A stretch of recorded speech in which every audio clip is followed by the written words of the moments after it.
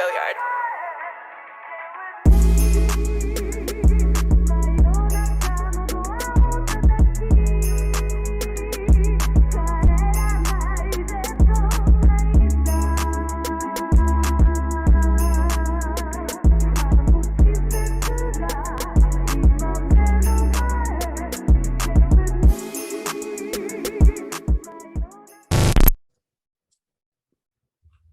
Hello and welcome back to the CFCTALK podcast. As always, joined by Alex and Amart on this one. Kind of deflated, but at the same time, very proud of the guys for the performance that we've seen after days and days of drama. Amart and I, we covered that kind of news on Thursday night for a specific Lukaku, is what we're calling him nowadays, for his actions on Sky Sports. But pretty much a lot to talk about this episode. Firstly about Lukaku, Liverpool, and then heading on to our next game, which I think should be Tottenham on a Wednesday. Yep, it is. So interesting month ahead. But Happy New Year, guys! I completely forgot to say that. Almost feels like we're still in December after the news that we're getting. Thought the curse was still going. It didn't do what it was supposed to. New Year, we were supposed to have a clean slate, but then after going 2-0 down, thought, oh no, we're still in this. But maybe not. Maybe there's a chance we're out of the woods now. Touch laptop, touch wood. But yeah, Happy New Year. It is to a really good year for us and for Chelsea and for the podcast as well. Hopefully we get some good growth on here. And it wouldn't be possible without you guys watching. So yeah, we'll do our best. Yeah, completely agree with that. Diving straight into it, to be honest. Firstly, Lukaku and on all the drama that he's caused in the past few days. Alex, me and Amart pretty much said, you know what, this is just immature for someone who's been a professional footballer for so long. Are we going to have a debate on this, or are we all on the same page on this? Definitely not. I found it pretty hilarious, to be honest. The whole, it couldn't have happened at a worse time. So it's just, I just found it absolutely hilarious because it's the last guy that the fact that he's basically lied through his teeth about wanting to come back to Chelsea. The fact that he's done it when we were in such a rocky part of the season, and the fact that he's £100 million signing. Yeah, I just can't do anything but laugh, really. And yeah, I'm so glad to see today. It was pretty clear that we really wanted the team to go out there and play their hearts out for Tuchel. Well, that's what I kind of imagined in my head. We got to kind of show that in this situation we're backing the manager, and the buck stops with him this time. We sacked Tuchel, and this whole Tuchel basically revived our season and turned us into this kind of rival to Man City and Liverpool. Without him, it doesn't happen. So yeah, we absolutely have to 100% back Tuchel in this situation, and because also with that, our history of player power in the past, but in this situation we back the guys we all believe in. And I don't think I've ever seen a fan base so united. I don't think I see a single Tuchel out fan at all, even though our results are rocky. So yeah, we're all united, and we really wanted Tuchel to we wanted the players to put in 110% for Tuchel tonight to show that we're all behind him, and it showed, I think, and it showed through the fans as well, who were chanting Tuchel's name throughout the game. So I think it's like, why would I don't even think it's a question of whether Tuchel needs to go or not. He's pretty much managed the squads as well as he could. He's won us the all-important Champions League, and as you rightly said, he's put us in a race with Man City and Liverpool. And if anything, second place right now. I mean, of course, we've got one extra. We played an extra game than Liverpool, but we've pretty much should have secured. I think we've secured top 4 here. I think we're. It's. Let me clip this. Write it down. I'm writing it down. Let me clip this. But I think we've pretty much secured top 4, and No, you just don't. I keep repeating this, whether it's on tweets or on video. It's just, why would you go and say that in public? Why? What what happened in the last 4 months? And then there's other news as well of players. There are some certain players who are also siding with Lukaku, and it's like, what are you doing? You're just asking for help. Ross Barkley Just just asking wants for to play trouble, 3-5. Ross Barkley just wants to play 3-5-2 with his boy, man. Well, you can't do that. No, the best thing about today, the fact that we went to 3-5-2, Lukaku's system during the game today, I thought was the best form of middle finger to the man. Because just let him be benched, let him not even play. Because right now I'd rather have Harvey Vale on the bench ready to come on instead of him. Because he's a £100 million man, and to be fair to him, he's got his goals recently, but can't be having that. It's kind of funny that Sky said that, it's Lukaku's, that they said a load of stuff about Lukaku and kind of disrupting Chelsea when they're the ones that did the interview and kind of released. But it is a different it's not exactly the same people and company, because Sky Italy are owned by a different company, I think. But still, they definitely knew about it. So what's worse is, and I'm going to interrupt here, but what's worse is that Sky Sports also released, or there was information leaked that was said behind the scenes or before cameras were recording, off the record kind of stuff, and that just pushed it to the edge. And that's kind of just said, you know what, he hasn't helped his case here. He's trying to make peace with Inter fans, but he's kind of just messed it up, because Inter Milan don't want him back either. Not Inter Milan. Inter don't want him back, and yes, Inter Milan. Yeah, it is Inter Milan. No, there's this other team, to weird Milan. because it's all. There's AC Milan. AC Milan, which is why I kind of thought, I said the wrong one. So it's because they are mostly referred to as Inter. Because I usually go, Inter's this one, and then there's the other one, which is Milan, which is and then it's like, okay, wouldn't want to cause any confusion there. But Amart, we know what your stance is on this, but realistically, tonight's game against Liverpool, would he have had any impact if he was in the team? In my opinion, probably not. Not a single thing. Yeah, I mean, I was telling. I think at the end of the game, the Premier League punditry or podcast, the preview thing that they do, and then somebody was saying that one of them, I think Michael Owen or the other one, I forgot what the other one was, but he was saying that maybe Tuchel would be regretting not putting Lukaku in because there's some chances where he would have taken it and stuff like that. It's like we've not seen him play for the past few games. We've seen him play, and those chances, he gets chances and he misses them. Sometimes he doesn't even get them at all because he's playing as the center focus. So it would be easier to mark him out of the game. But today it was very difficult for Van Dijk to even get close to Pulisic because he's very fast and it's way faster than him.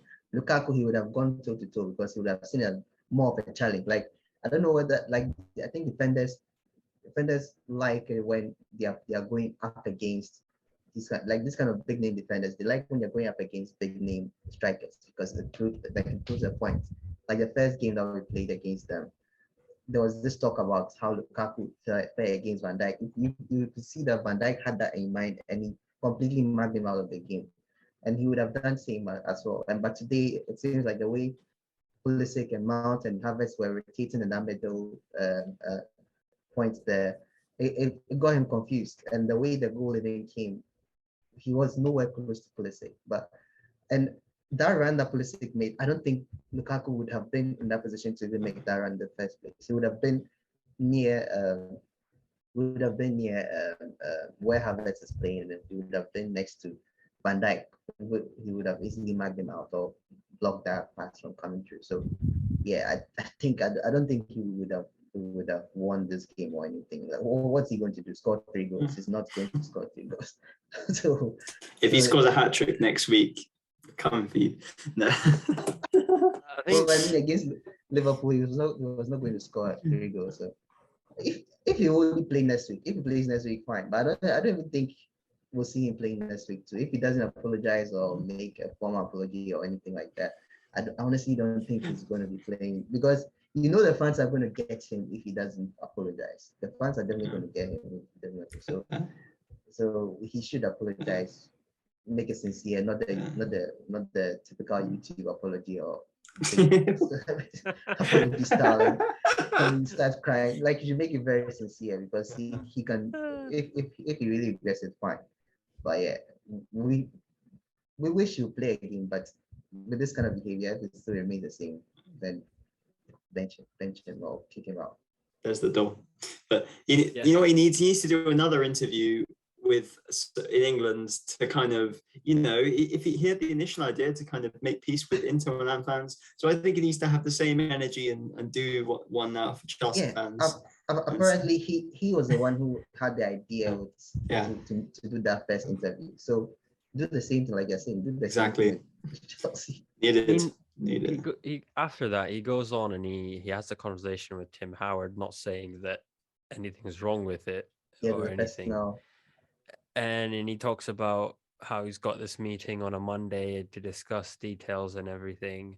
Whereas it should just be as simple as him sitting down in front of a camera, or, just at least put up an apology rather than just sitting silent, which is just making his case worse. But yeah, it's a story that's going to develop for another few days. And it's probably going to get worse for one or the other reasons and for many of the comments that he stated. But it doesn't shy away from an incredible performance, I would say, overall today against Liverpool, especially after that, a great comeback. I mean, yeah, of course we could have maybe Pulisic could have scored that first chance that he had, and it would have turned the tie around or whatever. But let's dive straight into the match, and it wouldn't take us long to talk about a possible red card offense, because it took Sadio Mane 6 seconds. 15 seconds. He was faster than Usain Bolt. And it took Anthony Taylor even faster to make a decision and say, nah, it's not a red card, it's Chelsea. I can't do that, can I? Make him look biased if he did it for 6 seconds. Wouldn't want that to happen. No. Oh no. So yeah. Oh man. Yeah. That set the tone for the rest of the match, or for the rest of the half, to be honest. Or yeah, everyone was so fired up after that. I got to credit Aspi in this game, to be fair. I thought once he went to right centre back, the game kind of got a bit stale, I thought. But whilst he did a fantastic job at right wing back. I wish we could just kind of clone him and put him at left wing back, because Marcos Alonso is still not. He's not good for our health. The less we speak. Yeah, so Aspi was good. So it was a real shame with Mane, and because it's not like the commentators were saying he catches his face with the elbow. It doesn't really. It's more like the wrist almost. But yeah, at the end of the day, he's not looking at the ball. Doesn't get anywhere near the ball. Does that to him? It's a red. Yeah, I think I'm gonna cut you off, Amart, here, but it's a tackle that you make 6 seconds into game, which you shouldn't be doing. What's your justification for that? I mean, I understand if it's close to 90 minutes, you're a goal behind, you want to get that goal, you're trying to be aggressive. But what's the point in doing that 6 seconds into the game? And what's even worse is VAR does not even bother with it. Does not even bother. Whereas that goal from Kovacic, let me remind you, that goal from Kovacic went under VAR review for offside. Yeah. How can they even think that Rudiger is like it? He's he's walking completely away from the goal, and then Kovacic puts it in the absolute top corner. Rudiger's nowhere near the ball. Not really. He's probably about a meter below the ball. Yeah, so silly. And dude, that wasn't even the worst bit, I thought. The worst bit was the constant offside flags they were giving late when Liverpool were getting in behind, like about 5-6 times. and they would go through 1v1, and we're like, crap, what's gonna, well, are we just gonna concede? And then they miss, and then it was offside. It's such a bad rule. It's Yeah. such a bad rule because you look at it and you go, oh, it's letting the game flow on. But you're at the same time, if it's an obvious one, just give it, because if the player gets injured, if one or the other player makes a very bad tackle, you're not going to give a penalty there, are you? Because it's from an offside ball, unless VAR suddenly doesn't work, because clearly the referees aren't good enough to make those decisions on their own. You just put the flag up. There were so many times I was looking and I was like, Mo Salah is a meter offside, and you just let him go on, let him have a shot, just the shooting practice before you're like, oh, pull it back, come on, guys. To be fair, we probably wouldn't be complaining if Timo Werner was playing for us, because it's kind of like if I'd call it, I'd give it a name for this rule, it'd be the Werner rule, really, because it benefits players who are getting in behind so much, and Liverpool tried to exploit the hell out of that today, and we got in behind a couple of times, Pulisic for the goal, and yeah, but it's just an abysmal refereeing performance, to be honest. And I don't know if you guys saw the Tuchel's reaction to them reviewing the Kovacic goal. Yeah, I think he was applauding. He was applauding it. He did it quite a few times. Every time Anthony, I know interrupting quite a lot, but every time there was a decision that he thought was wrong, he would just go up to the fourth official and just start clapping right in front of him. And I'm like, Tuchel. He said, wouldn't want to have you in the stands. No, he said as well, just whilst they were doing it, to pardon my French, but he said, "Shut the fuck up, let's go home," and then almost walked down the dressing room and then came like that. It's like just a joke, man. But yeah, what do we expect? They very kindly removed the Liverpool, because there's this referee called Paul Tierney who's biased against Liverpool. Liverpool fans don't like him at all. Got removed from VAR duties for this one, but we had to have our Chelsea bias referee. So yeah, well, 2-2 is a respectable draw, is a respectable result considering the amount going against us and going against Tuchel recently with Lukaku stuff and referees, and to be fair, it's just a really annoying first half, because it felt like we were on top of them. It felt like we were in control, and then bang, clinical finish 1, bang, clinical finish 2, and it's just like the Salah one was really good. Can't really fault. It's what we expect from Alonso at the end of the day. If he's 1v1 against Salah, who's probably the most informed player in world football right now, he isn't going to win that 1v1. So I'm not going to berate him any more than we normally do. But the first one is just annoying because Chalobah, the ball's so low.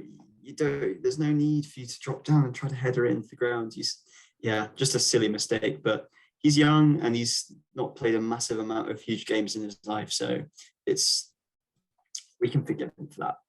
So, but yeah, it's just annoying. He made a couple of big mistakes, I thought, in the first half, but happens. So, and he'll learn from it. And he had a good tackle before Kovacic scored. He had a good one to prevent Liverpool scoring 3-0. So it was redeemed himself. So all good. Yeah, even with the Salah goal, I don't think I can blame Alonso too much. I think I blame Rudiger more in that goal than Alonso, because Rudiger was the one supposed to be in that position, not Alonso. But they switched. Rudiger was moving a little up the field, and Alonso was getting back to replace Rudiger's vacant position. So I think Rudiger. I think who was he standing with? I think him and Aspi or somebody were just there, and the ball just went over them, and then they just left poor slow Alonso to handle Salah in the box, and he can't do that. Salah is definitely going to make a fool out of him, and he did, because that stop and move motion that Alonso did just gave Salah the chance to just run across, and the finish was very, very good, very, very good to us. So Salah has scored many times from that angle, but I think he beats the defenders too as well, because some of the defenders, they was never thought he'll pass. Alonso also thought he'll pass, but he knows Salah is capable of scoring that, and he did it very well. I think with Alonso, he can really show who someone is who's played football his whole life, but at the same time doesn't know how to play football. I think he's just slow, man. It I think is with It's just Alonso, so. it's so just annoying. I think it's just pace. Yeah. He's a very good footballer, but the Yeah. pace is just gone. It's gone. Yeah. It's not there anymore. He's got a wonder of a left foot. His left foot is really good. Like he's got such great, he's fantastic ability. But yeah, if he was a left winger, I'd call him semi decent. But Yeah. left back, bro. I agree. I mean, his crosses aren't that bad, and his crosses are really good at times. It's just we're not surviving the season with him at left wing. Yeah. So you're Dinya in, I take it then. Get Dinya in or Get anyone in. Anyone in? Mohammed Get for left wing back. Let's go. I want to see anyone in. Yeah. Anyone Yeah, fast. This is the reason why Anyone I kind of prefer Emerson to him, because I think with Emerson, like his defensive abilities isn't really ahead of Alonso. I think probably they're the same. But what Emerson has over him is speed. Emerson is very, very fast, so he could run and keep up with strikers better than Alonso ever can. I'd like to cast your mind back to the wonder goal that Salah scored at Anfield 3 years ago, where he put it into the top left corner, cutting from the inside, from the right hand side. Emerson was the left back. Yeah, I mean, Emerson isn't as fast as Salah, but he's faster than Alonso. He's way faster than Alonso. Yeah. What we're saying is he can at least try. Alonso can't try. Emerson can at least try. One skill move and Alonso's already way far behind. Exactly, right? Yeah. Not even in the question. That's why I think in the beginning of the season, Tuchel was doing something like whenever Alonso is faced with, when Chilwell wasn't playing, whenever Alonso is faced with like a fast-paced striker or something, there's always a second person there to help Alonso deal with the situation. Sometimes it's a Rudiger there, there's a Christensen there, or somebody there. But I don't know, like as the games progress and the way we become very, very thing in our squad, I think he has to just work on his own, and that's an issue too as well. But like we said, we need a replacement. We need somebody to be either a backup or swapping with Chilwell whenever it gets well. Yeah, I think the transfer window's open, and it's the perfect time to splash some cash and get someone who's available. I think Luca Digne is probably one of the best options out there for us, at least for now. Kieran Trippier as well is doing the rounds a bit. Yeah. Which all the people commenting on these links are just, oh yeah, he scores own goals. Yeah, sure. Okay. But yeah, I think he can play right back or left back. So yeah, honestly, I'd be fine with him. Digne, I don't really know that either of the players' form, like if they've had a good season or not. But all I know is Digne's he's not been playing much for Everton, so I don't. After Saul, I'm not so keen on signing players who are absolute dross in right now. But yeah, if it has to happen, it has to happen. So yeah, Digne or Trippier is all right for me. But I think with Trippier, it's like because he's trying to. He might be eager to join Chelsea, from what I've heard, is because he needs a team. He wants to go to a team where he can play week in, week out and get back into that England team, which of course is full of talent, so the wing back positions. And it's kind of, I guess, the perfect time for him to come back with Chilwell out for the rest of the season, Reece James injured for the next 6 to 8 weeks. But if you consider his age too as well, yeah, Trippier is 31. Yeah, I completely agree. I think with Trippier, it's like if it's a loan deal, it's perfect. Keep him for the rest of the season, and then give him back. But with Luca Digne, you might go, okay, let's sign him because, even if when Chilwell comes back, you've got him as a backup, and then Alonso could. There's the door.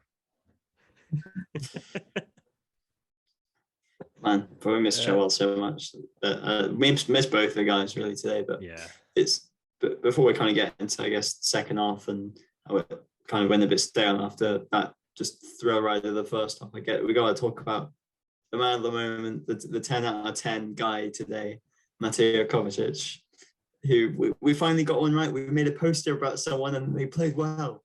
So yeah, it's yeah. Did we? I Happy with think that we one. had Mount on the poster, no? Mount, I know we had Mount on the poster. We made another, the one that you did on the Kovacic chat.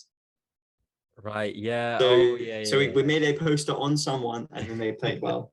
So that's a win, and we'll take the responsibility for that one, or you can. But yeah, just one of the performance from the guy. Even goal aside, it's like he was just some of the first touches he was taking out of the air, which is ridiculous, and that goal was just mad. Like we were all over the shop pretty much until that moment, in terms of we didn't really have any confidence in our play, and he's just gone and scored the goal, the only kind of goal that he can score, a volley, and yeah, another one to add to the collection of just what a beautiful goal, man. Like the ball didn't even bounce, and the ball is flown about 10 meters up in the air, and he's hopped and then just volleyed it. It's just unbelievable. I think tonight he decided, he was like, let me embrace this number 8. Let me embrace it and fully honor number 8 tonight. But amazing from him. I think that the only thing I saw from him wrong tonight was just that one pass which he was trying to make to Aspie, which was quite early on in the game, which was just in behind Aspie. Other than that, everything he did was absolutely perfect. Yeah. And when that ball went in, I'm sorry, but when that ball went in, I was like, oh, this is it. We are coming back. Yeah. I was so relieved and yet nervous at the same time, because I was like, they'll still score on the counter.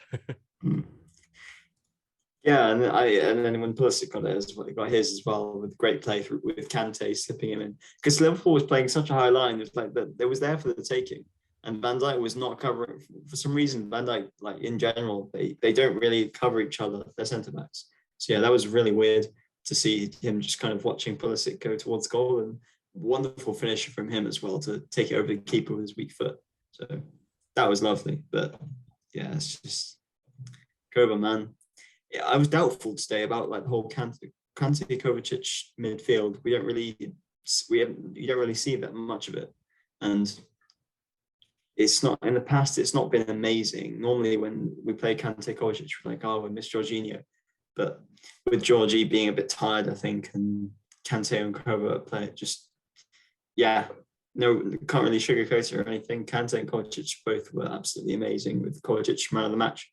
So I hope for the next couple of games, or at least for the big games like City and Tottenham in the Cup, want to see Kante Kovacic again for sure. Because like second half, Georgie comes on, we move Aspie to right centre back, Pulisic to right wing back, and I think it was basically both teams really playing for the draw. I think Liverpool had maybe a couple of chances in behind, where Mane, I think, played some epic 1-2s with Salah, and then he came through, and then but then he was offside. But yeah, just second half, we wanted to push, but at the same time, I think we were a bit happy with the draw. It was also because Chalobah, I think, when it got injured and he had to come off. So yeah, it kind of forced the hand a bit, and we didn't have any defenders on the bench. It was just midfielders basically. Sa was there. Oh yes, Sa, fair enough. Yeah. So like I think with even Kovacic starting with Kante, I was hoping that would happen. I wasn't sure whether Kante would be fit though, but I was hoping that would happen, because Jorginho's performance in the last game, and I think the one before that, wasn't really the best. I think the one before that he scored, but his performance in midfield was still not good. Our last game was very, very bad. Like, he was one of our worst players, giving the ball away a lot. Imagine he did that today against Liverpool. Like, that would have been. And even when he came on, I think Salah got away from him like once or twice or something like that. And I was like, it's good he even starts, but like you said, maybe he just needs some rest. But for now, Kante and Kovacic, if they are both fit, I would pick them ahead of playing Jorginho in that midfield, because today Kovacic was just fantastic. Like you guys have already spoken about the goal. The goal was fantastic, very good volley. And to be honest, I didn't even think he had that in him. Nobody thought he had that in him. But for somebody who has scored, I think this is the third goal he scored in the Premier League in 103 appearances, which is mad. But I think all of them are also brilliant goals. So we'll take them. We'll take it anytime it counts. That goal was very, very good. Very, very, and it set us for the second one as well. It gave us momentum for the second one as well. And we really needed that earlier on. And even before the halftime, we almost added another goal to us. So if we did that, like that would have been game over. But it didn't happen. But yeah, that goal started everything. I think for me, what stood out the most out of the goal was him realizing there's still a long way to go for the game to be over, and just straight up walking back to his half and going, let's get on with it. And that's just someone that just shows me what type of player he is. He honestly, if say what you want for this, and I'll probably get a lot of fans who will be like, Thiago Silva deserves it a lot more than Kovacic, but I think it's a very close race for player of the season this year between Kovacic and Silva. They both have been phenomenal for Chelsea this year, and this season. He's like, okay, I've had a year-long break. Mount won it last time, and I'm coming to get it back now. Yeah. This is I've done it with my previous number. Now let's do it with the number 8. No, I think I completely agree with Kante and Kovacic in there. It was amazing. It was incredible. With Georgie, as you said, he's a bit tired. He's still not up to his usual standard, and I'm just very happy that the injury with Kante and Silva wasn't that long, and I'm glad that we've got them back for this like tough period in January, at least with Man City and 3 Tottenham games, which I think. Oh yeah. It's weird when you've got a cup game against a team which you're playing in the same league as well, because then you've got many games in just one. Try and get tickets for that if you can. Wasn't it like Arsenal like last year or a couple of years ago where they played Man City like 3 times in the space of a week? They played them twice. It rings a bell. But thinking about it, I was trying to think when that's happened before, where a team's played another team in the cup back to back, and then in between those the league. But yeah, it's at least it's Spurs. We can get used to Conte now, but those are going to be some difficult games because Tottenham are now actually like they've like Arsenal. They've really started to sort their shit out. They haven't lost they haven't lost any of their 8 last Premier League games, which is an interesting stat. Yeah, and they played Liverpool. They drew 2-2 against Liverpool as well, didn't they? So, and they also had a dodgy red card. They had some questionable decisions go the way of Liverpool. So, yeah, it was actually no, they had the red cards. Ignore me, but yeah, it's it's definitely no slouches. There's going to be difficult games for sure. And I'm quite glad that we got at least one of our games against Arsenal done already, because I was a little bit doubtful, to be fair, about whether Arsenal are actually properly coming back.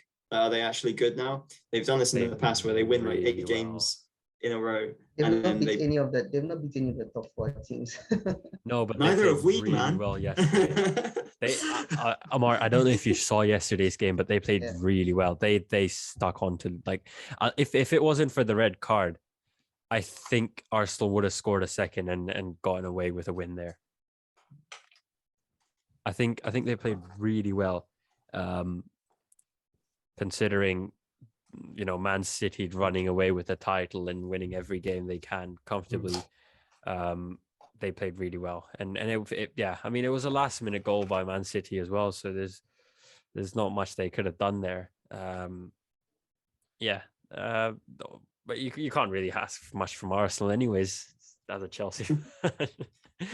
when I saw it was like 42 minutes and it was like 1-0 Arsenal, I was like, oh, that's perfect. This is it. Is this really happening? Man City lose tonight, we win tomorrow, this is gonna be it. And then it went from the worst possible weekend, best possible weekend for Chelsea or worst possible weekend for City, to the best possible weekend for City in the space of a day, pretty much, from going down to Arsenal and then having Chelsea and Liverpool. Yeah, it is a real shame. The fact that we're 10 points below them, but we can at least make it 7 if we could go to the Etihad and pull off a miracle. But at the same time, normally the Etihad's not a great place for us. But last year we got the win after, I think that was when Gilmore came on and did really well. And then Alonso scored a clutch last minute winner. So who knows? And I just hope that we carry this fight. That energy that we had for today is something that we've really missed from the past couple of draws, like against Wolves and Brighton. We just haven't really been particularly dynamic, or haven't really had that. I'm going to say desire, but yeah, it's it's true. But yeah, so passion. Yeah, I sound like Brendan Rodgers. Oh no, for Lampard. But yeah, to get some. Just need to see the guys fighting for the team and fighting for Tuchel more, because it's Arsenal. I mean, we'd have to draw a lot more games to kind of be down to competing with Arsenal for 4th spot, but we properly need to start converting these draws into wins, because it looks all right, in this like bad patch that we've had, and we say we've only really lost 1 game since, what was it, November time, but the truth is we've drawn so many, and in order to we can still compete with Liverpool at least for second. I'm pretty confident we can, but then it's just, if we really, because we were hyping our title hopes up quite a bit before December. I still think it's possible. I still think, and I'm going to get a lot of no's here, but I still think it's. I'm a firm believer of miracles, and one happened last year with the Champions League, and they are 10 points ahead of us, and they don't look like any like COVID or injuries is really affecting them. Look, they're just living in a bubble. Okay, I was talking about this with someone today. We've still got 17 games in the league. Man City's bound to lose 1 minimum. That's 3 points. So there's a chance. And then we've got a game against them that if we win, that's 6 points out of the 10, which just leaves the final 4. That's where the miracle's needed, because we need to win every single game from now. But City play Liverpool too, so we just gotta hope that they play. Yeah, exactly. No, man. I think there was a line in the recent Spider-Man movie. I think Zendaya, MJ said, if you expect disappointments when it happens, you will not be entirely sad. So if you expect disappointments and the successes also come and we win it, we'll be happy. So I don't want to have hope and be thinking, because I saw certain players, certain fans were happy when Arsenal took the lead, and they were like, that doesn't mean we're back in the title race. And I was just thinking to myself that this is Arsenal, this is City. Something is bound to happen, and that goal was very, very early too. Something is bound to happen that's going to take this thing away from Arsenal and give it to City, and it happened because the penalty was very, very dodgy, and the fact that the final goal was a good goal, all right, but the penalty was very dodgy, so I was just expecting it to happen. So if you expect those things to happen, especially as a Chelsea fan, it's good for your heart. It's good for your heart. You don't really have any sort of pressure on you like that. Just take the games as it goes. If something happens in other games, we'll accept it and build on it. In that case, I'd like Doctor Strange to make us forget the entire of December and November, but and Lukaku as well. But just December and November for now. It's all right. That'll do. I think. Look, let's keep it simple here. We loan out Lukaku to Tottenham. He scores a hat-trick against them on the 19th keep it of simple. Feb. Listen. He scores a hat-trick against them on the 19th. Ronaldo scores a hat-trick against them on the 5th of March. And then Liverpool, Mane and Salah do what they do best. And that's 9 points off them. And then we win the next game. Finish. Premier League champions, here we come. Unrealistic, not at all. No. I mean, coming back to the game tonight, one important aspect which we're going to miss for the next month and a half minimum is not month and a half, but the rest of the month maximum is Edouard Mendy. clean saves by him, even though most of those saves were called offside. But still great saves by him. I just want to know where our defenders are most of the time, because there were so many one-on-one options. And as Alex mentioned right at the start of the podcast, every time one of them was through, I was like, yeah, this is going in. With Mane and Salah, you don't expect them to miss. Their finishing is just incredible. You just kind of, when they've got the ball, you're like, yeah, we're in trouble. Cover everything. Yeah, I think he made two really good saves, one from Salah and one from Mane. I think the Salah one was more impressive because I think some games ago he was beaten from across. I've forgotten which game it was, but he was beaten from across from the left hand side or something, and he was trying to save it. And the same technique that he used, he was trying to save it, and he accidentally punched it in instead. And I think this time he was ready for it because Salah was like that. Like to think about doing that in the first place was very clever from Salah. Very. That's what makes him one of the best strikers. I think to me, honestly, he's the best player currently playing. But like that shot was very good. If the Chelsea player did it, like we'll be all cheering and happy about it. But I just wish our players were like could think as fast as that and could execute those kind of shots. But he did it, and brilliant save from Mendy. I was really surprised at Mendy because I really thought he would beat him. And there's some of the advantages we get from Mendy to some of the things that we lose from Mendy. But yeah, like it was fantastic. The second one from Mane to another brilliant save. I really thought Mane would put it in the top right corner and decided to go on the left hand side, made it easier for Mendy, but still brilliant save from Mendy. And yeah, we kept us in the game. We kept our hopes alive. Yeah, I think Sure. Oh, sorry, go on. No, I like how Amart does this whole explanation and Alex goes sure. Sure, Just yeah. end it there. Because No other I thoughts. think you paused a bit because it was going to add more, and he just said sure. Yeah, no, I thought, yeah, no worries. 1 week of not recording and we're back to amateurs again. No. I think yeah, we're gonna really miss him. It's tough to think that we're gonna play Man City and Tottenham 3 times before we have him back. And we might even play. I can't remember what's after Tottenham. Chesterfield. City. No, I think City too. no. After On Tottenham, I think we've got the Club World Cup. I think that he should be available for. But I doubt he'll really play in that. Will he be back for City? I don't think he'll be back No. for the City game. So, Yeah. so the earliest he'll probably be the earliest he'll be back is for Tottenham, the third game, the league game, the Premier League game, and the latest he'll be back by is probably the semi-final of the Club World Cup, which is the 9th of Feb. So it depends on how Senegal play throughout the tournament. Christian Pulisic on the other side of the pitch, really rough start for him. The first 25 minutes, at least 25, 30 minutes, couple of missed chances, misplaced passes. If it wasn't for that second goal or that goal that he scored, would he have walked out of Stamford Bridge safely? Whenever you say that, I just think of the Mourinho meme of when he's waiting for the referee outside the Bernabeu.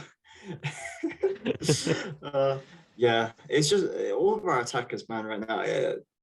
Pulisic, it was really great goal, and he redeemed himself because he had a couple of missed chances earlier. But it's just all of our attackers, man, other than Lukaku, just aren't at it right now. I mean, I thought Mount was okay today, but nothing particularly. Like, he had some good moments, to be fair, but nothing. He can definitely do better.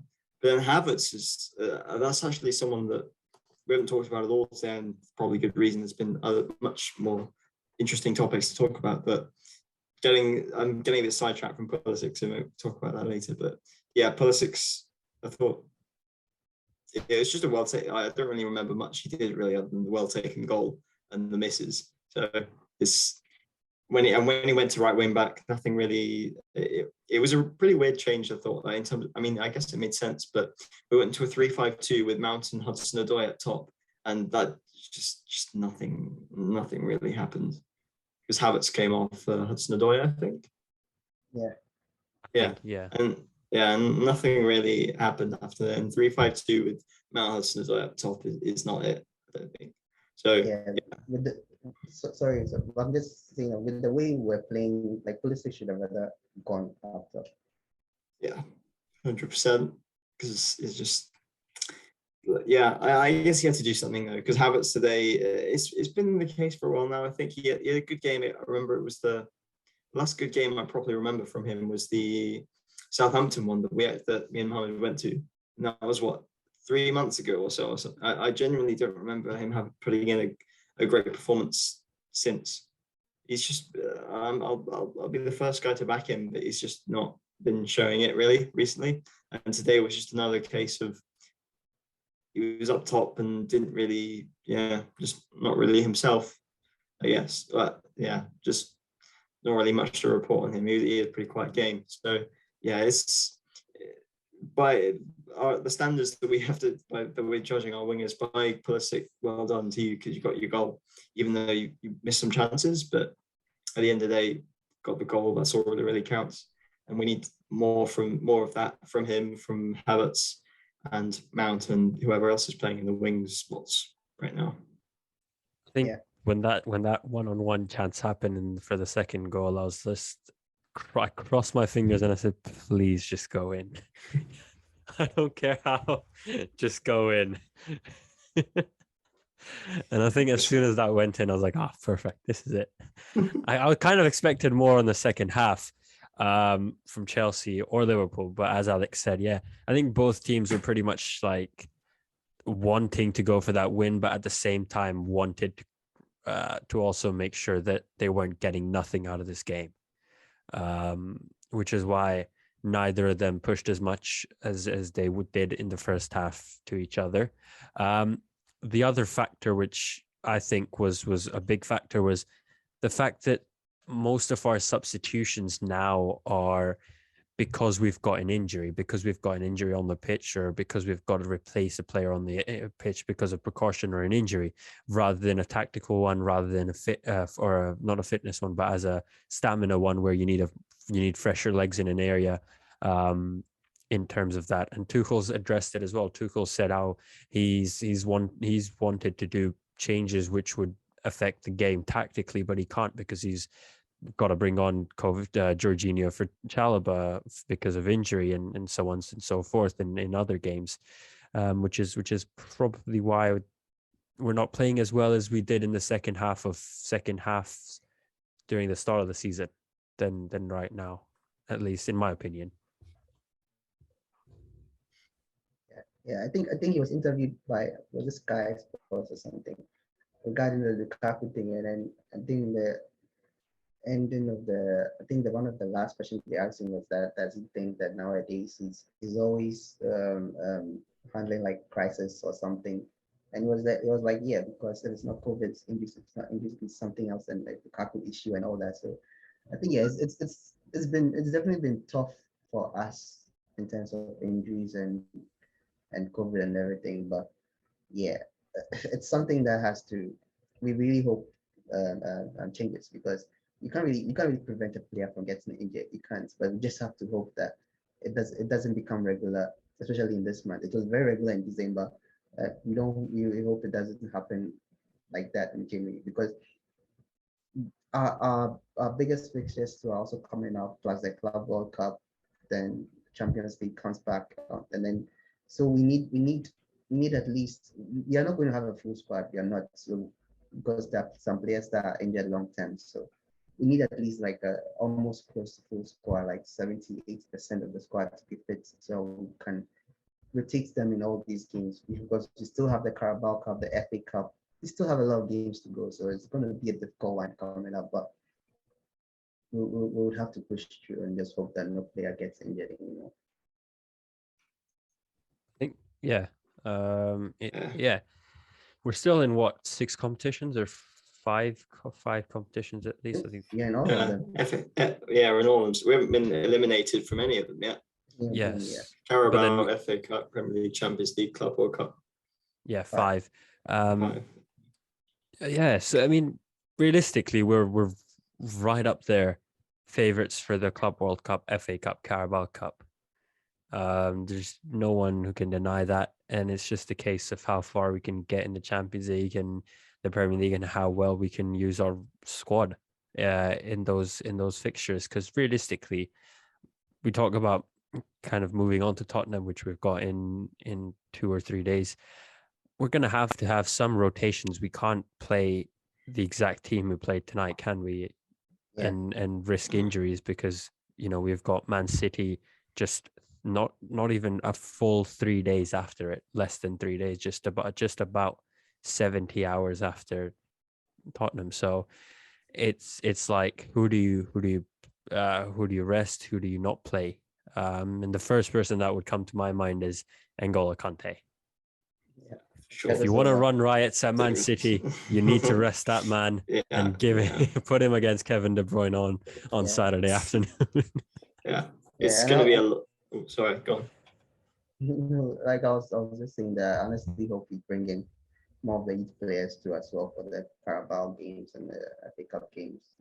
Today it was good to see Hall and Vale on the bench, and then hopefully give Lewis Baker also another shot, and then we at least they would help, because they are good players. They're very good players that can help in semi-competitive games like the Carabao Cup. Yeah, for sure. Like, we want to see more youth definitely in these ones, and it is like we played the youth. Was it Brentford or Villa? For the Brentford, yeah, Brentford. We played loads of youth, and so playing Tottenham is definitely different. But I'd imagine Tottenham will probably do something similar, as they're in so many competitions as well with the Conference League. Actually, no, they've been knocked out. I think they're only in the Carabao Cup. I can't remember if they're still in the FA Cup, but three competitions. They might take it a bit more seriously than us, but we've still got, like, in midfield. We've got to put Georgie in there, and we've probably got to put Loftus-Cheek in there as well. But if I'm not sure in terms of wasn't it on the bench, actually there were some people talking about so on the bench for this game there was it? I think we had Harvey Vale. Harvey Vale and Lewis Hall. Hall's apparently a midfielder, so maybe we see him for Spurs, and Harvey Vale at the top, I'd say, because Havertz. Sarr as well maybe comes in. Yeah, Sarr comes in. We can't play really every game. Yeah. Left centre back, like, we just have anyone really other than Sarr that can really play there, other than really. So I guess it has to be him. Like Amart said, Thiago Silva's gets his rest. It's basically, we just need to rest as many players as possible for City. What I would kind of try and do is maybe give Pulisic the game at right wing back and see how he performs. Conte, I feel like he's going to want to prove something against Chelsea. It's his old club. It's the first time we're meeting Conte, I think, in any competition. So he'll maybe try and get the upper hand here, and do something. But again, it's the first leg of 2. It's like, even if worse comes to worse, they win this one, you've still got a good chance of a comeback in the next one. So might as well try and give other players a chance to see if they can perform well. And if they do, they deserve a chance in the second leg as well. But yeah, I'd like that. Sorry, I thought you were finishing. My bad. No, I was just gonna end my point by saying, I'd like to see, one thing I'd like to see is Pulisic at right wing back, to see how he performs there. Yeah, definitely. That would be nice to. Just give Aspi. I think that Aspi hasn't played too much football over the past couple of weeks, so maybe he would be able to. But yeah, Pulisic right wing back. He's done all right recently. So whenever he's done that, he's played there really. So definitely give him the go. I was just going to say that I forgot that it's not City right after this. We have Spurs, then we have Chesterfield in the cup, then we have Spurs again, and then Man City. So it's like we're going to see so much youth over the next couple of games. I think maybe not so much for the Tottenham game, but Chesterfield is going to be 100%. like Yeah. over half. Sherman Lowe in goalkeeper, man, not even Kepa. That's how bad that's how much youth there'll be. But yeah, we're going to need it, I think, because like you say, there's just lots of cup games coming up, and that's in addition to the Club World Cup. So yeah, just what a management. If only injuries in real life worked like Football Manager, where once you've played 2 games, your player's back. So once you're done with the second leg of Tottenham, Reece James's return, instead of having to wait 8 weeks. Yeah. But yeah, I think with Tottenham, not much of an option in goal, Kepa. And I think all three of us will agree with the back three of, I can't remember if Christensen's going to be able to play or not. But Rudiger needs to have a rest, I think. Aspi might. I would like to, if Christian Pulis is playing at right wing back, I might want to see Aspi at centre back. Yeah, makes sense. I think Chalobah's probably got some kind of injury, so it's like we're kind of limited to either Christensen plays there, but then Christensen needs to play in the middle. So yeah, it's pretty much it's going to be Aspi there, or maybe a youth against Brentford. Wasn't it a right wing back? Simmons, I think it was. Was it? Simmons? Yeah, I think his name was Simmons. Something Bell or something. I forgot the. No, Simmons. Soonsup Bell is the striker. Yeah, he was Xavier Simmons. Xavier Simmons, Xavier Simmons. That rings a bell. I think he might have was left wing back or right wing back. Yeah, I didn't see that game, so yeah. Aspi played right centre back, and Simmons played right wing back. Yeah, so against Spurs, I wouldn't mind that, but like you say, I think it's a semi-final. We really want to be in the final, so Pulisic probably. Pulisic's a good balance between. Well, there's not a lot of stress, but we still really want to win this game. So put him in left wing back, just not Alonso, please. Someone else needs to give that man some rest. 3 games worth of rest somehow, so he can be, because we're going to have to play him against City. So yeah, just I don't know who you play there. I think it was one of your predicted lineups from a couple of weeks ago, or maybe it was last game, where you had Pulisic right wing back, Cho left wing back. It's like, let's go in terms of attack, because that's I'd love to see that, to be fair, but it's probably a bit too much for Spurs. But yeah, can't really. We're a bit limited with that now. Yeah, not a lot for Tuchel to pick from, especially from at least the senior players. Might have a depth in academy, which we're not very much aware of at the moment, because we haven't seen much of academy players this year. I think Tuchel's made it clear that he wants to win any and every trophy available, which is why he hasn't gone with a lot of rotation to youth players in cup competitions. But I guess this is probably the time where he's going to look for it, because we've got Tottenham, and then Chesterfield, and then Tottenham again in the span of 7 days. So 3 games we play in the span of a week, before we have another game in less than 3 days. So 4 games in 10 days and 3 games in 7. So an interesting one for Tuchel to think about, and hopefully by the time you guys are seeing this podcast, we'll have heard from Tuchel and Lukaku and what they think of the whole situation. Hopefully it's a good one, where Lukaku is leaving at the end of the year, but I'm gonna get slated for saying I want Lukaku to leave at this end of the season, but no. It's all written down. It's all recorded. No, at this point, I don't think anybody's going to slate you, because I think a lot of people agree with you. So if he doesn't come out, like I said, if he doesn't come out to apologize or anything like that, your offer is going to be the most accepted by Chelsea fans. I think it's like I want him. I know it's like for the rest of the season, I'll support the goals that he scores and the victories that he gets us, but I won't support the fact that Lukaku scored it. I'll be happy for the team. I'll be happy for the performance that we put in as a team, but I wouldn't bother too much about, oh, it was a hat trick from Lukaku. What an amazing player. What a striker. What are the no, Yeah. none of that anymore. I'm done with My him. striker. He I can really wish. kiss. You I can kiss really the badge wish. as much as well. We're not It's fooled not. by Yeah, that it's anymore. not It gonna. doesn't No, It's work. we're not not. gonna change. Doesn't work We're not. anymore. I really wish Werner gets more chance. This Yeah, thing that you said about this. The I thing you said think. I about think Werner. For me, he deserves a salute. The guy has yeah. had it for like he has had so much abuse from the fans this last and from the time he's joined Chelsea. He's heard the worst from commentators, the worst from presenters, and the comments that people have made about him, and the managers being unhappy with his performances. And he's never, not once, gone and done that. And if you want to bring up a past player, Morata, I can't remember a single time he went publicly and said something about the club or anything. And there was so That was much. after he left. That was I mean, after he okay, left. after he left, I don't care because you're not a Chelsea Yeah. player. Which is why I'm so bothered with Lukaku, which is why he's still trying to please Inter fans. And it's just like, get on with it, man. 4 months into a Yeah. 5-year contract, and you're saying, oh, I want to go back and play for Inter. Get out of here. Go right now, then.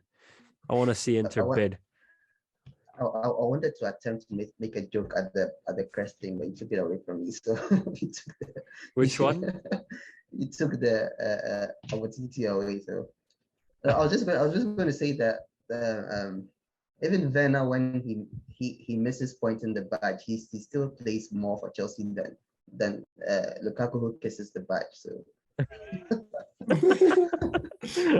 That's a good one. That's a good. no, I was going to say about. That's a good one. It's a dead joke now. So no, it's a good. It's good for the people who've got the reference for it. If you've seen the picture, then it's a good one. And it's a good one. But yeah, anything else? I really hope he plays more, to be honest, because I feel like his reward is coming. He has been quiet. He has been working diligently. He has been faithful to the club. He hasn't made any public outbursts like Lukaku. So I just feel like that his reward is coming. I feel like he will be one of our main goal scorers for some years to come. But he just has to practice more, get with the Premier League, start scoring goals like he did in Bundesliga, and then we'll start singing his name and just ship the other guy away. The other guy, he shall not be named. No. Yeah. But yeah, I think with Werner, it's a case like he had COVID and he's apparently reacted quite bad to it, so that's why he's not been back yet. He's not even been training properly apparently, because he's just been. Well, actually, I'm not sure if he is training or not. I think he was pictured training, so I think he played this game by yeah. Hopefully he's better. Like we've got 3 games coming up, so in the cups. So definitely really hope that he gets the chance in at least a couple of them, because it's still, I'm not expecting anything huge from him immediately, because we've all seen how COVID affects players, and especially with someone who relies so much on fitness and his natural pace. It's like, it'll probably take some time, but it's good signs though. At least like the Zenit game, he played fantastically in that. Got his goal, got an assist as well. So just want to see more of it. And today would have been a very, very good game for him playing. Today would have been a very good game because Liverpool were playing so high up the pitch, and they play so wide. No. Werner would have enjoyed running in behind that defense if he was able to beat the offside trap. It would have been a very good game for him. That's the thing, though. We'll have him ready for. Hopefully, we get him back for City, because he's built. He's built for playing Man City, for getting in behind and playing for their high line. So as long as we get him back for then, should have a good chance in that game. Yep. I think that's pretty much covers everything for this podcast. An entertaining draw against Liverpool, to say the least. Tonight keeps Chelsea, in my opinion, still challenging for the title. Yeah. We're second technically. And we're all waiting for a miracle to happen. But yeah, tough January ahead. 3 Tottenham games, a Chesterfield game in the FA Cup, and Man City in between. Just the normal Man City game. Nothing too much, and yeah, that should round off our first month in 2022. Great start already, day 1 of January, and we had the Lukaku drama, day 2. Liverpool game, day 3. We're gonna get comments from Lukaku, so it's been an eventful one so far. But yeah, from us all at CFC Talk, Happy New Year to all of you guys. Hope you have a great year ahead and stay safe, which is probably the most important message from this podcast. Cases are on an all-time high, so please social distance, wear a mask, and get the vaccine if possible. Stay safe, and we'll see you next time after Tottenham.